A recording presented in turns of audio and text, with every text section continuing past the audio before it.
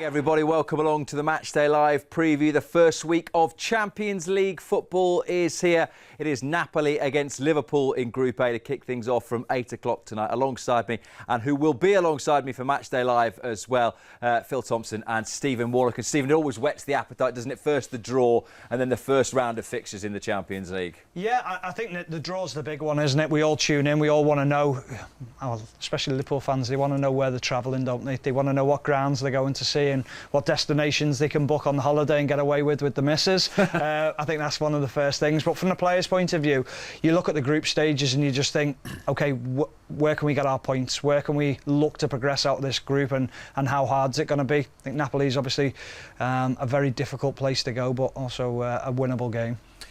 Great storylines, though, across the three teams in the group. Obviously, Napoli, Liverpool have become familiar foes with them in recent years, but Ajax, one of the greats of European football, and brilliant to see Rangers back in the Champions League. Yeah, I do. I think it's good. I think it's wonderful, and I'm just like everybody. You look and you have a look and you think, please fall our way. You want the last game to be at home. The first game, get the hardest one out of the way. And I think it's felt quite kindly, because I think it's a difficult group. I really do, but Ajax brings back memories, certainly going back to 60s Johan Cruyff, which I will remember.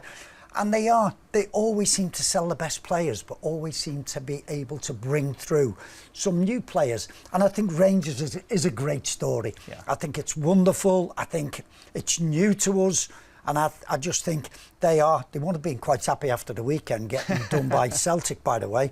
But it is a great adventure, not only for those teams, but for ourselves. Every time it comes around the Champions League, you're looking at the fixtures and you're looking where you're going to pick up points. The other point we would make, though, is a sixth successive season in the Champions League under Jurgen Klopp. You talk about the teams that are grouped alongside Liverpool. There'd have been no one in pots 1, 3 or 4 that have fancied being drawn alongside a team that have reached, 3 finals in 5 years? No, I think that's the bonus of seeing what Jurgen Klopp's achieved at the club is that worry of going to Anfield. Can you go and win and really compete on a European night at Anfield, such difficult occasions? But the quality of football, the quality of players that we now have at the football club, but also Jurgen Klopp, who's an outstanding manager. So it's always a difficult task when everyone gets drawn against Liverpool. Yeah, you're looking at the group stages last year, it was so good. The players are getting to knowing how to play European football, because you go, what do you mean playing there is a slight difference.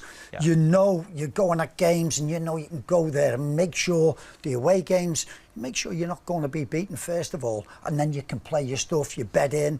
So it's a little bit different than the Premier League games, but they're so exciting.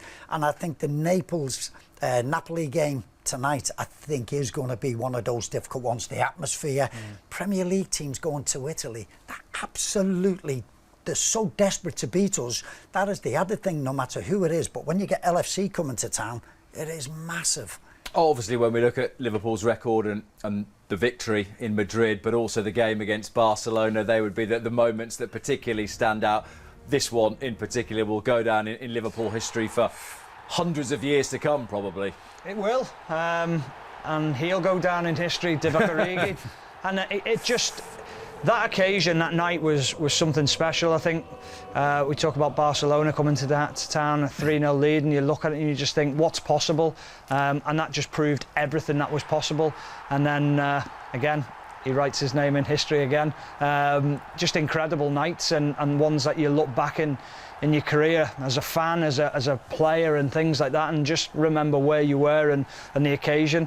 I think a lot of us were fortunate enough to be there and understood how important that night was for the club's history again. It's funny though, isn't it, Stephen, and given that where the final is this season, Istanbul, you were in and around the squad for that, and we always remember the game, and we remember the Barcelona game, whereas actually that game against Tottenham, you probably played in a few finals where you came away with a medal, but the spectacle wasn't great. No, it wasn't. It was great. It's always about the result. Yeah. And you look down at years to come, you look the winners of it. Whether it was great, played in some finals and they weren't great. The game 1981 in Paris, when I was captain, was dreadful. It was absolutely shocking. The pitch was awful. You couldn't play any decent football on it. But we won. And that is all it's about. Once you get to the final, that is all. We look at how well, and people say we didn't play well, we were much better than Real Madrid in the final last season. but it wasn't to be, and it happens, and that's gone now, and just Real Madrid were winners once again. But all but for Courtois, I do think we would have won it. Obviously, those are the two standout moments. We've asked the boys to pick their best Champions League memories under Jurgen Klopp, and you've gone for one against another European superpower. Yeah, I went for Bayern Munich. I had a look, and there's been some wonderful ones, wasn't it? The games at home, you can always expect that Liverpool because of the crowd. But this is away against one of the great superpowers. Was this the game that Bayern Munich looked at it and Mane was going to be their player? Joel gets an own goal here, but I thought this was a wonderful put. It was a statement performance for Jurgen Klopp, for Liverpool. And I just think, go in there. And I looked at the away games because I think that's where it shows your character, shows your strength, what you're made of. And this was I thought it was a magnificent performance. You come away against Bayern Munich and you've beaten them 3-1 in the Allianz Arena, and you've gone, this is a proper performance. And Jurgen will have gone, yeah, my boys did us proud tonight. Talking of away games, by the way, Liverpool could make it a record-breaking 7 straight away European Cup victories tonight if they can win in Naples. But it's a home game against Napoli, Stephen, that provides your memory. Yeah, I just think on the road to winning the competition, it was so important that the save from Alisson. I just thought it was massive. Late on in the game, that moment was where everyone turned around and said, that's what we signed him for. That was the moment where he kept his calm, how quick he was to come off the line. You can see what it meant to the manager. He understood how important that save was. They're the big moments in games that often we forget about. But I always say this, Tom, it's one of the references I make to the late, great Ray Clements. I remember something so clearly that he said to me is that if you're a Liverpool goalkeeper, you might have one thing to do, but you better make sure you do it. And Alisson sort of encompassed that, hasn't he, since he's been at the club? Yeah, he does. And we just look at the weekend gone. You know, it was a massive game. Maupay's got such a chance if he can put it, but he makes himself so big. It is a massive save, you know, because at that point in the game, there might have been, because you're looking, you think, are we going to score today? It is important. And, you know, when you get goal-scoring goalkeepers, it doesn't come much better. And it's vital. If that goal against West Brom, that could have gone down in the hands, because if we'd have won the Champions League the following season, that was made it that we got in to the Champions League. But obviously it didn't happen that way. But yes, your goalkeepers, it's huge. Ray Clements was so good at it, and it might be, a lot of the time, it could be the 89th minute. And he would pull out a worldie. And, you know, you are thankful having such a goalkeeper to make vital saves, because before Ali came, it was one of our big problems, I'm afraid. Yeah. Do you want to come in? No, happy enough. You looked primed. You've heard enough, have you? I was just enjoying it. Good. All right, then. Well, as you've got nothing else to say, we'll head to Naples. Of all the things that Jurgen Klopp has achieved, winning in Napoli isn't one of them. He'd love to change that tonight. And there for us is Mark Benstead. Good evening, Rob. Welcome to a stadium the Liverpool fans will know pretty well after visits here in recent years. It is pretty much the same since our last trip to Naples, apart from one thing: the name has changed. It is now the Stadio Diego Armando Maradona, named after the Argentinian icon after his passing back in 2020. He was and remains a cult hero here for his exploits with Napoli at the back end of the 80s into 1992 league title and the UEFA Cup during his time here. They're the only 2 league titles this club has ever won, so he remains a god to the locals here in many ways. This place can be pretty raucous when the crowd are up for it. It holds just under 55,000. It will be loud tonight because this is a huge game for them as they return to the Champions League after a small hiatus, and also because the team's in pretty good form. They are undefeated in the league so far and sits currently second in the table. They finished 3rd in Serie A last season, just behind the 2 teams from Milan. In terms of team news for tonight, well, Liverpool travelled with a 21-man squad. The good news is Thiago is back amongst the group after injury. Arthur Melo is also in the group. There's no Jordan Henderson, however. He's out until after the international break, and like Sir Curtis Jones was left at home, as was Fabio Carvalho as well. For the hosts, they have one big injury worry. Victor Osimhen, the Nigerian striker who's got 18 goals across all competitions last season, he remains a doubt.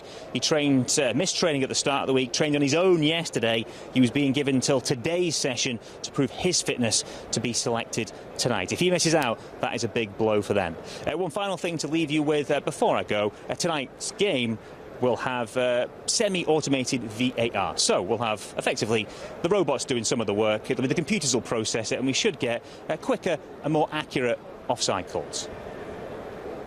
What could possibly go wrong with semi-automated VAR, because it's been so seamless throughout the first few weeks of the season with people doing it themselves. Before we have a look at the teams that the boys have picked, let's talk about Napoli. What sort of threat does the team pose tonight? Well, tactically, they'll be very difficult to break down, always organised. They won't come out and really press Liverpool. They'll sit in the shape and try and make it difficult. That's where Liverpool are effectively at the most, well, least productive. That's where we struggle. It depends on the setup that Jurgen puts out, but it'll be a tough night tonight. I don't think they're as good as what they were a couple of years ago when we played them. I think some of the star players have moved on. We were discussing it before, but that doesn't matter. I think, as I said earlier on, when Liverpool come to town, they're going to be up for it. We have to match that. I think those early sort of stages of the game, that first 20 minutes, the crowd will be absolutely baying for blood. You've got to get through that. And they'll be having a go.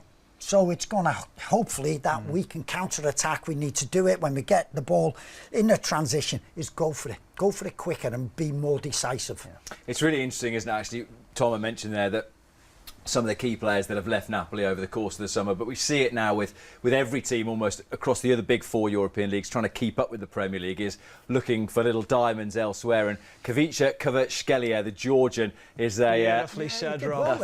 I'm here all week. Next time I do it, it'll be terrible. You can guarantee that. But it is about working ways around and trying to keep up with the big superpowers in Europe for clubs like Napoli, isn't it? It is, and it's also about the infrastructure behind the scenes to make sure that they have the players coming through to resell on again, and then they're looking for the next one. And that's how their model works, whereas we're a little bit different. We try and keep hold of players, and we want to keep hold of them without being disrespectful, we're a bigger club than Napoli, so we are able to keep on to players. They want to stay at Liverpool, whereas at Napoli, do they want to stay there, or do they want the pull of the Premier League or one of the big super teams in Italian football? Yes, they're a big name, but they're not at the level of Liverpool. They can't pay big money for the players, so they're looking at a different level. When you get Liverpool, we're looking at a level to come, and if players who you don't really know, but you're still going to have to pay top dollar for them, they'll be looking at players who are not some diamonds that are there, some of the good African players that are coming through, like the boy that you just mentioned so eloquently, is Georgian. Yeah. So, it is absolutely different class that you're looking for these players. He might have moved on somewhere else, and then they're looking. And you have to do that. You have to do, and then they will look to sell them on for big dough. And as players, you probably think that too, don't you? Oh, so-and-so's just gone to PSG or to Chelsea, as their players have this summer. That could be me in a couple of seasons. They'll take a gamble on other players. They'll take a risk on players because they'll think we can take that gamble, hoping that it'll pay off. Whereas, do we really take that many gambles on players? You look at the price values and you think it's not really worth it for us. I think we've been down that road, haven't we? Yeah, we've absolutely. took gambles on players in the past, and you've looked at them, we've still paid sort of probably over the top, and they've moved on. And I think those days are gone. Thankfully, I think most of our recruitment has been very, very good, no matter how much we've paid for them. Or you look at Luis Diaz, and in bringing him in the January, you went, wow. It was yes, we knew about him, we played against him, but what a signing he's been. What about your team for tonight then, Tomo? It's very difficult to predict a Liverpool 11 at the moment, mainly due to injuries, but this is what you've gone for. Right. I just think with all the talk about sort of the injuries and sort of players being rested, this is what I've gone for. And it is sort of quite changed. Because of being in Naples, it's going to be really tough. So we've got to be right defensively. And I've gone for Joel, I think he's needing more game time. Virgil and Costas at right back. And then I've got in the midfield, Fabinho. I've gone for, I think, is it Millie in there? James Milner, yeah, James Milner and Thiago. Thiago he might not be ready, but he will need game time as well. And I think up front, I'm going for Mo because hopefully on that counter-attack, Mo will get back on the goals.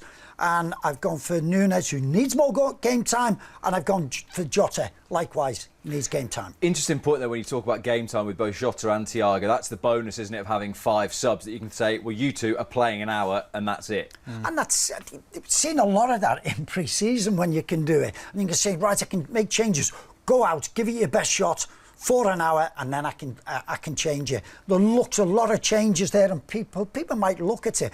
I'm going on the sort of feel that I'm getting from Jurgen and resting players, particularly what's happened with Robbo and with what happened to Trent, only playing an hour, maybe needing that. So that's what I'm looking at with my team. As for your team then, you've gone without Mo Salah.